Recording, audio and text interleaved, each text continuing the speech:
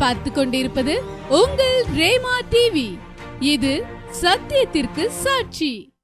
ஆண்டவரும் அருமை இரட்சகருமான இயேசு கிறிஸ்துவின் நாமத்தினாலே உங்கள் யாவருக்கும் எங்களுடைய காலை வணக்கங்கள். ரேமா மிஷனரி இயக்கம் என்று இந்த ஊழியத்தை குடும்பமாக நாங்கள் செய்து வருகிறோம். மாநிலம் கடந்து சத்தீஸ்கர் மாநிலத்திலே கொண்டா என்கிற அந்த ஒன்றியத்திலே ஆண்டவருடைய ஊழியத்தை மிஷனரி சகோதரர் பால் விஜயன் அவர்கள் தலைமையிலே அங்கிருக்கிற கோயா ஆதிவாசி என மக்களுக்கு நடுவிலே ஊழியம் செய்து கொண்டிருக்கிறோம். ஒருவேளை இன்றைக்கு அங்கு ஒரு பெரிய தேவை இருக்கிறது. அங்கு ஜனங்கள் ஆண்டவரை கண்டுகொள்ள ஆர்வமாய் இருக்கிறார்கள். அவர்களுக்கு நாகரிகங்கள் கற்றுக் கொடுக்க வேண்டி இருக்கிறது. அங்கே ஊழியங்கள் ஆண்டவருடைய கிருபையினால் நடந்து கொண்டிருக்கிறது. அதை நாங்கள் அவ்வப்போது போய் மேற்பார்வையிடுகிறோம். அவ்வளவுதான் எங்களுடைய வேலை. மற்றபடி பால் விஜயனும் அவருடைய மனைவி, அவருடைய பிள்ளைகள் அங்கே இருக்கிறார்கள். அவருடைய கணவனும் மனைவியுமாய் இங்கே ஊழியம் செய்து கொண்டிருக்கிறார்கள். பிரியமானவர்களே, ஆனால் இந்த மிஷனரி பயணம் என்கிற இந்த தலைப்பிலே கடந்த வாரத்திலிருந்து என்னுடைய சொந்த ஊழியங்களை குறித்து நான் உங்களோடு பேசிக் கொண்டிருக்கிறேன். 1985 ஆண்டு ஜனவரி மாதம் 2ஆம் தேதி ஆண்டவராக இயேசு கிறிஸ்துவை சொந்த இரட்சகராய் நான் ஏற்றுக்கொண்டேன். அந்த நாட்களிலே நாங்கள் பிறந்து வளர்ந்த கிராமம், அந்த கிராமத்தை சுற்றி இருக்கிற கிராமங்களிலே தெரு பிரசங்கம் பண்ணினோம். வீடுகளுக்குள்ளே சென்று வியாதிஸ்தர்களுக்காய் ஜெபித்தோம். ஆண்டவர் அற்புதங்களை செய்ய ஆரம்பித்தார். அந்த நாட்களிலே ஒரு தீர்க்கதரிசி, ஒரு தேவ ஊழியர் எங்களிடத்துல வந்து எங்களிடத்தில் தங்கியிருந்து எங்களுக்காய் ஜெபித்தார். ஒவ்வொருவருக்கும் ஒவ்வொரு தீர்க்க தரிசனம் ஆண்டவருடைய வார்த்தையாய் வெளிப்பட்டது. இன்று வரை அது அப்படித்தான் நடந்து கொண்டிருக்கிறது. அதுல எனக்கு அவர் மூலமாய் வந்த வார்த்தைகள் அச்சு பிசகாமல் அப்படியே நடந்து கொண்டிருக்கிறது. அவர் சொன்னால், தூர இடத்திற்கு உன்னை அழைத்து செல்வேன், அங்கே அரசாங்கத்தில் நீ வேலை செய்வாய், அதோடு என்னுடைய வேலையும் நீ செய்வாய் என்று சொன்னார். நான் ஆசிரிய பயிற்சி முடித்துவிட்டு பெர்மனன்ட் ஜாபுக்காய் காத்து கொண்டிருந்த நேரம் அது. ராமநாதபுரம் மாவட்டம் பாண்டுகுடி என்கிற கிராமத்தில் உள்ள அரசு உயர்நிலை பள்ளியிலே எனக்கு வேலை கிடைத்தது. அந்த கிராமம் எங்கே இருக்கிறது என்று எனக்கு தெரியாது, நான் கேள்விப்பட்டதில்லை. திருவாடனை தாலுகா நான் கேள்விப்பட்டதில்லை. ராமநாதபுரம் தான் தெரியும், கொஞ்சம் அங்க போனதில்லை. நான் பிறந்ததிலிருந்து திருநெல்வேலி மாவட்டத்திலேயே வாழ்ந்து விட்டேன். மதுரைக்கு கூட நான் போனதில்லை. முதல் முறையாய் மதுரைக்கு சென்று, மதுரையில் அப்ப இந்த மாட்டுத்தாவணி, இந்த பஸ் எல்லாம் ஒரே ஒரு bus stand, Periyar bus stand மட்டும்தான் உண்டு. அங்கே போய் இறங்கி திருவாடனை போகணும்னு சொல்லி ஒவ்வொரு பிளாட்ஃபார்ம்லயா போய் பஸ்ஸு திருவாடனை போகுமா, திருவாடனை போகும், யாருக்கு திருவாடனையே தெரியல. ஒருத்தர் சொன்னாரு, பரமக்குடி பக்கத்தில் இருக்கிறதா எனக்கு ஞாபகம், நீங்க பரமக்குடிக்கு போயிருங்க, பரமக்குடியில போய் விசாரிங்க, திருவாடனைக்கு அங்க இருந்து பஸ் இருக்கும்னாங்க. இவ்வளவுதான் எனக்கு கிடைத்த தகவல். பரமக்குடிக்கு வந்தேன். இரவாகி விட்டது. பரமக்குடியிலே ஒரு டாக்டருடைய கிளினிக்ல தங்குவதற்கு இடம் கேட்டேன். பின்னால ஒரு ரூம், ஒரு சின்ன இந்த நோயாளிகள் வந்து இருக்கிற ஒரு ரூம் இருந்தா, அந்த ரூம்ல ஒரு பெஞ்சு, அந்த பெஞ்சில் படுத்துக்கிட்டாங்க. அது ஒரு நர்சிங் ஹோம், அங்க இன் பேஷண்ட்ஸ் இருக்கிறாங்க. எனக்கு ஒரு பெஞ்சை கொடுத்து இதில் படுத்துக்க. இனி யாருன்னே தெரியாது, எனக்கும் அவங்களை யாரும் தெரியாது. அந்த பெஞ்சில் படுத்திருக்கிறேன். பிரயாண களைப்போடு தூங்கிட்டு. ஆனால் நடு ராத்திரியிலே நான் விழித்துக் கொண்டு முழங்காலிலே நின்று ஜெபித்துக் கொண்டே இருந்தேன். ஆண்டவரிடத்திலே அழுது கொண்டு ஜெபித்துக் கொண்டு ஆத்தும பாரம் என்னை அதிகமாய் மூடியது. ஜெபித்துக் கொண்டே இருக்கும் பொழுது என் கண்களுக்குள்ளாக ஒரு தரிசனம். வனாந்திரமான காடு, தண்ணி இல்லாத ஒரு காடு மாதிரி இருக்கிறது. அங்கே ஒரு கூட்டம் ஆடுகள் மேய்ந்து கொண்டிருக்கிறது. அந்த ஆடுகளை பற்றி அதுகளுக்கு அதை மேய்த்து கொண்டிருப்பது போல ஒரு தரிசனம். அதன் பிறகு அப்படி தூங்கிவிட்டு காலையிலே எழுந்தேன். குளித்து விட்டு ஒரு 7 மணிக்கெல்லாம் கிளம்பி நான் வெளியே வந்துட்டேன். அந்த ஆஸ்பத்திரியில் கேட்டேன், திருவாடனைக்கு எப்படி போகணும்? பஸ் ஸ்டாண்டுக்கு போங்க, பஸ் இருக்குதுன்ட்டாங்க. பஸ் ஸ்டாண்டுக்கு வந்தேன். பஸ் எத்தனை மணிக்கு? 11 மணிக்கு பஸ் அப்படின்னா. 11 மணிக்கு அந்த பஸ்ல ஏறி அமர்ந்து போகுது போகுது போகுது. ஒரிசா காடுகள் மாதிரி போகுது. பரமக்குடியிலிருந்து திருவண்ணாமலை போறதுக்கு ஒரு ரூட் இருக்கு. அது சுத்தி சுத்தி சுத்தி சுத்தி போகும். திருவாடனை நான் போய் சேரும்போது 2 மணிக்கு மேல ஆகிவிட்டது.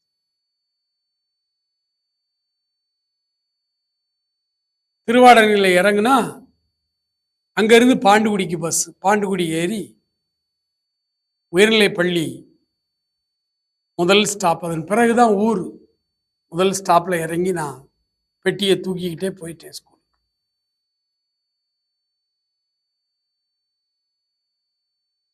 அங்கிருந்து ஒரு அறை வீடு அன்றைக்கே வாடகைக்கு எடுத்து நான் தங்க ஆரம்பித்து மறுநாள்ல இருந்து ஸ்கூல் ஒர்க்ல ஜாயின் பண்ணிட்டேன். அந்த வாரம் ஞாயிற்றுக்கிழமை வருகிறது. என்னோடு கூட கத்தோலிக்க சர்ச்சுக்கு ஆர்சி சர்ச்சு போற ஒரு சார் தியாகராஜன், அவர்கிட்ட கேட்டேன், சிஎஸ்சி சர்ச் இருக்கான்னு கேட்டேன். அவர் சொன்னாரு, நீங்க ஒரு 6-7 கிலோமீட்டர் திருவாடனைக்கு போகணும் பஸ்ல. திருவாடனையில பஸ் ஸ்டாண்ட்ல இறங்கி நடக்கணும், 2 கிலோமீட்டர் நடக்கணும். அங்க ஒரு சர்ச் இருக்கு எனக்கு தெரியும். சரின்னு சொல்லி அந்த சர்ச்சுக்கு வந்தேன். சர்ச்சில் ஆராதனை நடக்கிறது. சபையார் 10 பேர் கூட கிடையாது. ஆனால் சர்ச்சு முழுக்க பிள்ளைகளும் பசங்களும் இருக்காங்க. ஹாஸ்டல் திருவாடனையில் ஒரு வேல்டு விஷன் ஹாஸ்டல் இருக்கு. அந்த ஹாஸ்டல் வார்டனா இருக்கிறவர் தான் அங்கே உள்ள போதகர். அவர் தான் கரஸ்பாண்டன்ட். அவர் தான் அங்கே போதகராகவும் இருக்கு. சர்ச்சு நிறைய பிள்ளைகள், 100க்கும் அதிகமான பிள்ளைகள் இருக்காங்க. 2ஆம் கிளாஸ் 3ஆம் கிளாஸ்ல இருந்தே படிக்குது பிள்ளைகள். எல்லாம் ஆர்ஃபன் பிள்ளைங்க. ஒரு சில பிள்ளைகள் அப்பா அம்மா இருக்காங்க. மேக்சிமம் செமி ஆர்ஃபன் பிள்ளைகள். 12th வரைக்கும் அங்கே படிக்கலாம் இலவசமாக. அங்கே உள்ள அரசு பள்ளியில் சேர்ப்பாங்க. சாப்பாடு 3 நேரம் ஹாஸ்டலில் அங்கே கொடுத்துருவாங்க. அந்த பிள்ளைகள் அங்கே ஹாஸ்டல் இருக்கிறதுனால அதுக்கு சண்டே சர்வீஸுக்கு சர்ச்சுக்கு வரும். எல்லா மதத்து பிள்ளைகளும் இருக்கும். முதல் வாரம் போனேன், சர்வீஸ் முடிஞ்சது. உடனடியாக நான் பாட்டில் வந்துச்சு. போதகர் என்னை கவனித்திருக்கிறார். புதுசாக ஒருத்தர் வர்றாரு. மறுவாரம் போனேன். ஜெபம் முடிந்த உடனே வழக்கம் போல காணிக்க போட்டு ஜெபம் முடிந்த உடனே நான் வெளியே கிளம்பும்போது ஒரு வயதான ஐயா என் கையை பிடிச்சி, சார் கொஞ்சம் இருங்க அப்படின்னார். என்ன? போதகர் உங்களை பார்க்கணும்னார். சரின்னு அமர்ந்து. போதகர் இப்பதான் ஒரு பேர் அதிசயம். அதிசயம் போதகர் என்று அவர் இருந்தார். அவர் வந்து பார்த்தார். யாரு எவரு, நீங்க யாரு அப்படின்லாம் கேட்டார். கேட்ட உடனே நான் சொன்னேன், இந்த மாதிரி திருநெல்வேலி சொந்த ஊர், பாளையங்கோட்டை பக்கம் ஒரு கிராமம், அங்கிருந்து இங்கே வேலைக்காக வந்திருக்கிறேன், பக்கத்தில் சர்ச்சு இதுதான் சொன்னாங்க. நான் சண்டே சர்ச்சுக்கு சர்வீஸ். அவருக்கு ரொம்ப சந்தோஷம். புதுசாக ஒரு ஆத்மா நம்ம சர்ச்சுக்கு வந்துட்டு அப்படின்னு. அவர் சொன்னாரு, நீங்க சண்டே கிளாஸ் எடுப்பீங்களா அப்படின்னாரு. ஆமாம், சண்டே கிளாஸ் எடுப்பேன், விபிஎஸ் கிளாஸ்லாம் எடுத்திருக்கிறேன், டைரக்டராக இருந்திருக்கிறேன் அப்படின்னு சொல்லி. அவருக்கு இன்னும் சந்தோஷம். அப்போ சொல்ல, சார் நீங்கள் ஒவ்வொரு வாரமும் சர்வீஸ் முடிஞ்ச உடனே இந்த பிள்ளைகளுக்கு சண்டே கிளாஸ் நடத்துங்க. எங்க ஹோல் டயசிஸ்ல கனகராஜ்னு ஒரே ஒரு சகோதரன் தான் இருக்கார். அவர் ஒருத்தர் தான் இந்த ராமநாதபுரம் மதுரை திருமண்டலம் முழுவதும் சில்ட்ரன் மினிஸ்ட்ரி பண்றவரு ஒரே ஒரு ஊழியர் ஒர்க்கர் தான் எங்களுக்கு இருக்கார். கனகராஜ்னு ஒரு அண்ணன். அவர் எப்பமாவது ஒரு 2-3 மாசத்துக்கு ஒரு முறை வருவார். மற்றபடி நாங்க தான் நடத்துறோம், நீங்க நடத்துங்க. கையில் அந்த பிள்ளைகளுக்காக ஜெபம் பண்ணி அந்த பிள்ளைகளுக்காக சண்டே கிளாஸ் நடத்தும் போது ஒரு நாள் வழக்கம் போல சண்டே கிளாஸ் நடத்தி பாடல் சொல்லி கொடுத்து வழக்கம் போல சண்டே கிளாஸ் நடக்குது. வழக்கம் போல பாடல் கதை எல்லாம் சொல்லி கொடுத்து கொண்டிருக்கும். சண்டே கிளாஸ் 12:30 முடிக்கணும். முடிய போற நேரம் வந்துச்சு. எல்லாரும் முழங்கால், பிள்ளைகள் எல்லாம் முழங்கால விட்டு ஜெபம் பண்ண ஆரம்பிச்சோம். திடீரென்று நாங்கள் எதிர்பாராத ஒரு வல்லமை, ஒரு பெரிய மகிமை அந்த ஆலயத்துல இறங்கி என்னை மூடி பிள்ளைகளையும் மூடி தேவ வல்லமை இறங்கின உடனே நாங்க இன்னும் சொல்லிக் கொடுக்க, அதாவது அதுல பல பிள்ளைகள் ஆவியானவரால் நிரப்பப்பட்டு எல்லாம் கர்த்தரை பயங்கரமா துதிக்க ஆரம்பிச்சாங்க. அப்பெல்லாம் அல்லேலியாலாம் சொல்லக்கூடாதுன்னு இருந்த ஒரு சிஎஸ்ஐ சர்ச் அந்த காலம். பிள்ளைகள் கத்தி அல்லேலுயா ஸ்தோத்திரம்னு கதற ஆரம்பித்து, அதுல சில பிள்ளைகளுக்குள்ளே அசுத்த ஆவிகள் இருந்தது. அந்த பிள்ளைகளை ஆவி பிடித்து அசுத்தாவி பிடித்து அலற ஆரம்பித்து, அருளுக்கு போய் நாங்கள் ஜெபிக்க போறோம். கையை அப்படி சும்மா வைக்க கூட இல்லை, கையை தலையில. அதுக்குள்ள எல்லாம் அலறி விழுந்து சாசு அலறி ஓடிச்சு. ஒரு அசாதாரணமான ஒரு சூழ்நிலை. சத்தத்தை கேட்டு போதகர் ஓடி வந்தார். வந்து நின்று பார்க்கிறார். அவருக்கு என்ன நடக்குன்னே தெரியல. ஆவியானவர் வல்லமையாய் பிள்ளைகளை நிறைத்து அசைவாடினார். 2 மணி வரை அந்த நிகழ்வு, அதை எங்களால் நிறுத்தி வைக்க கூட முடியவில்லை. நேரம் போய்கொண்டே இருக்கிறது. 2 மணி ஆகிவிட்டது. அதன் பிறகு கொஞ்சம் அந்த பிள்ளைகளை அப்படியே அமர வைத்து பிள்ளைகளை சாப்பாட்டுக்கு அனுப்பணும். போதகர் சொன்னார், நீங்க இருங்க, போயிடாதீங்க. எனக்கும் அந்த ஹாஸ்டல்லே ஐயா கூட எனக்கு சாப்பாடு. நாங்கள் சாப்பிட்டு விட்டு 3:30 மணிக்கு மறுபடியும் சண்டே கிளாஸ் ஆரம்பித்து, பிள்ளைகளை கொஞ்சம் நீங்க வழி நடத்துங்க. மறுபடியும் பாடல் கதை வழக்கம் போல நடத்தி கொண்டிருக்கிறோம். இரவு 6 மணி 6:30 மணி இருட்ட ஆரம்பிச்சது. இப்போ ஒரு பிள்ளை அழுதுகிட்டே இருந்தா, 4th ஸ்டாண்டர்ட் படித்து கொண்டிருந்த பிள்ளை.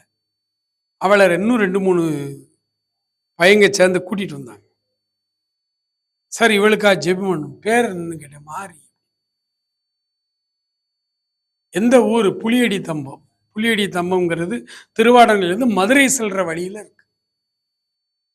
புலியடி தம்பம். உனக்கு எதற்காக நான் ஜெபம் பண்ணணும்னு கேட்டேன். சொன்னா, அண்ணே 6 மணி மேல எனக்கு கண்ணு தெரியாம போயிடும். மாலைக்கண் வியாதி எனக்கு. ஒரு நாள் ராத்திரி நான் குருடாய்த்தான் இருக்கிறேன். எனக்கு ஜெபம் பண்ணுங்க. எனக்கு குருடின்னு பட்ட பேர் வச்சு நீ கேவலமா பேசுறது பிள்ளை இல்ல. நான் ஒரே ஒரு வார்த்தை கேட்டேன். மாறி, இயேசு கிறிஸ்துவை நம்புறியா? நம்புறேனே. உடனே தள்ள கை வைத்து 1 நிமிடம் ஜெபம். ஆண்டவரே, மகள் சிறு பிள்ளை நம்புகிறாள், பார்வை உண்டாகட்டும் சொல்லி ஜெபம் பண்ண. ஜெபம் பண்ணி முடித்த உடனே புதிய ஏற்பாடு கையில வச்சிருந்த அதை கொடுத்து, இதை வாசின்னு எடுத்து வாசிக்க ஆரம்பிச்சிட்டான். இப்ப கண்டு நல்லா தெரியுதுன்னு. அன்று இரவு உணவும் அந்த பிள்ளைகளோடு, அந்த போதகரோடு அந்த இரவு உணவு நான் தான் அங்கேதான் சாப்பிட்டேன். 8 மணி 8:30 மணிக்கு நான் புறப்படுறேன். அப்ப இந்த மாறி ஓடி வந்தான். அண்ணா எனக்கு நல்லா கண்ணு தெரியுதுண்ணே. மாலைக்கண் வியாதியில் இருந்து ஆண்டவர் குணமாக்கி. ஆண்டவருடைய அன்பு,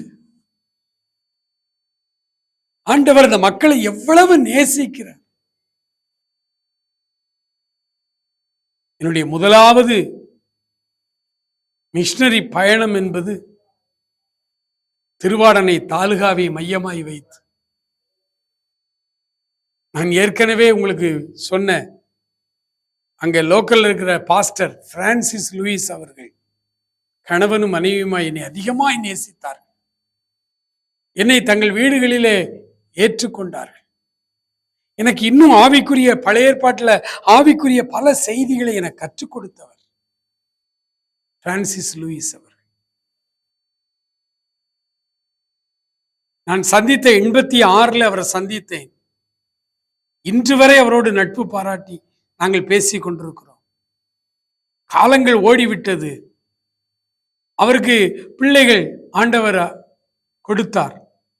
குழந்தையே உனக்கு இருக்காது என்று டாக்டர் சொல்லியிருந்த ஒரு சூழ்நிலை. 86 நான் சந்திக்கும் பொழுது குழந்தை இல்லாத தம்பதிகளாய்த்தான் இருந்தார்கள். ஆனால் அதன் பிறகு ஆண்டவர் 2 ஆண்டுகள் கழித்து அவர்கள் குழந்தை கொடுத்தார்.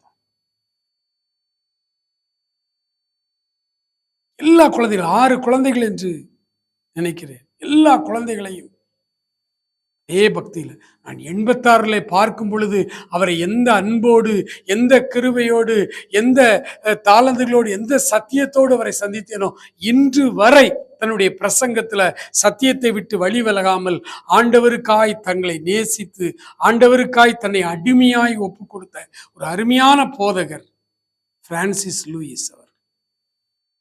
அவர்களோடு சேர்ந்து திருவாடனை தாலுகாவை மையமாய் வைத்து பல கிராமங்களிலே வேலை செய்தோம். பல கிராமங்களுக்குள்ளே போனோம். அப்பொழுதுதான் அவர் என்னிடத்திலே சொன்னார், பிரதர், லோக்கல் போலீஸ் ஸ்டேஷன்ல ஒரு பெர்மிஷன் வாங்கி இருக்கிறேன். திருவாடனை தாலுகாங்கிறதுனால கிளை சிறை இருக்கு, ஜெயில் இருக்குங்க, விசாரணை கைதிகள் இருப்பார். அந்த விசாரணை கைதிகளுக்கு சுவிசேஷம் அறிவிக்க நமக்கு அனுமதி கிடைத்திருக்கிறது. அடுத்த வாரத்திலிருந்து அந்த விசாரணை கைதிகளுக்கு நாம் சுவிசேஷம் அறிவிப்போம் என்று சொன்னார். அடுத்த வாரம் முழுவதும் சப்ஜெயில போய் ஊழியம் செய்கிற காரியங்களுக்காக நாங்கள் ஜெபிக்க ஆரம்பித்தோம். பிரியமானவர்களே, ஆண்டவர் இந்த சிறு பிள்ளைகள் நடுவிலே பல அற்புதங்களை செய்து அநேக பிள்ளைகளை குணமாக்கினார். ஒரு சில பிள்ளைகள் கொஞ்சம் நெறி தவறி இருந்த அந்த வயது, அந்த காலகட்டம், அந்த டீனேஜில் அந்த பிள்ளைகள் ஒரு மாதிரி கொஞ்சம் இருந்த பிள்ளைகளை எல்லாம் திருத்தி இயேசுவை சொந்த ரட்சகரை ஏற்றுக்கொள்ள ஆண்டவர் அந்த மிஷனரி பயணத்தை எங்கள் மூலமாய் துவக்கினார். அடுத்த வாரத்துல கிளை சிறையிலே நடந்த ஒரு அற்புதத்தை உங்களோடு கூட பகிர்ந்து கொள்ள விரும்புகிறேன். ஜெபிப்போமா? மகா அன்பும் கிருபையும் இரக்கம் நிறைந்த ஆண்டவரே, ஒருவன் எனக்கு ஊழியம் செய்தால் பிதா கனப்படுத்துவார். திருவாடனை தாலுகாவை மையமாய் வைத்து நானும் பிரான்சிஸ் லூயிஸ் பாஸ்டர் அவர்களோடு இணைந்து ஆண்டவரே நாங்கள் செய்த அந்த நாட்களில் உள்ள மிஷனரி பணிகளுக்காய், அந்த பணியின் மூலமாய் நீர் செய்த அநேக அற்புதங்கள், அதிசயங்கள் எல்லாவற்றுக்காகவும் நான் உண்மை தகப்பனே, நம்முடைய கிருபைகள் ஆண்டவரே மக்கு ஸ்தோத்திரம். எங்களோடு கூட அன்றைக்கு இருந்து எங்களை வழிநடத்தின கிருபைகளுக்காக ஸ்தோத்திரம். இன்றைக்கும் தாகமுள்ள இளைஞர்களை நீர் தேடுகிறீர் அப்பா. 1000 வேலைக்காரர்கள், அறுவடையாளர்கள் உமக்கு தேவையான வாலிபர்களை எழுப்பும். அந்த திருவாடனை பகுதியிலே மறுபடியும் ஒரு எழுப்புதல் உருவாக ஆண்டவரே உம்முடைய பிள்ளைகளை நீர் அனுப்புவீராக. ஆசீர்வதியும், காத்துக்கொள்ளும், வழி நடத்தும். இயேசு கிறிஸ்துவின் நல்ல நாமத்தில் ஜெபிக்கிறோம். இளருமை பிதாவே. ஆமேன். ஆமேன்.